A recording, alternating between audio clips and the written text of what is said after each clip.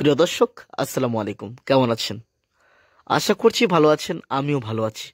তো আজকের মতো আমরা আবারও চলে আসলাম কুমিল্লার ঐতিহ্যবাহী শশীদল রেল স্টেশনে। দেখে তো বুঝতে পারছেন, সকাল সকাল বাইরে প্রচণ্ড ঠান্ডা।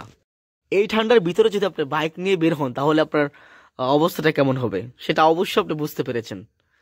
সেই কুয়াশা, পুরো দিন আজকে টানা 2 দিন ধরে প্রচণ্ড কুয়াশা পড়ছে এবং কি রোদ্রে উঠছে না। তো আমি কি করব, আমি যখন কুমিল্লা আসলাম আমাদের লালমাই থেকে, তখন শুনলাম যে চট্টলা ট্রেন নাকি লাকসাম ছেড়ে আসতেছে।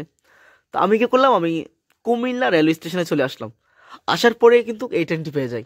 আসলে খুব ভালো লাগতেছে আমার কাছে যে নতুন বগি মানে লাগানো হয়েছে।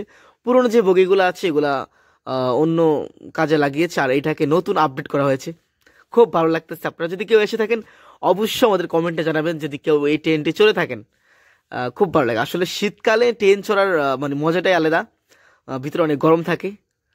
তা আমি আশা করবো যে আপনারা অনেকে আসছেন, যে শশীদল রেল স্টেশনকে অনেকে চিনেন বা অনেকে চিনেন না। এটা ব্রাহ্মণপাড়া থানায় অবস্থিত, তার পাশে রয়েছে কসবা থানা। তো আমার খুব ভালো লাগলো এই ট্রেনটি চড়ে।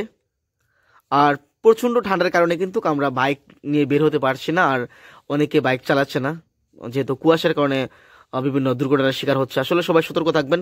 ধন্যবাদ সকলকে। আসসালামু আলাইকুম।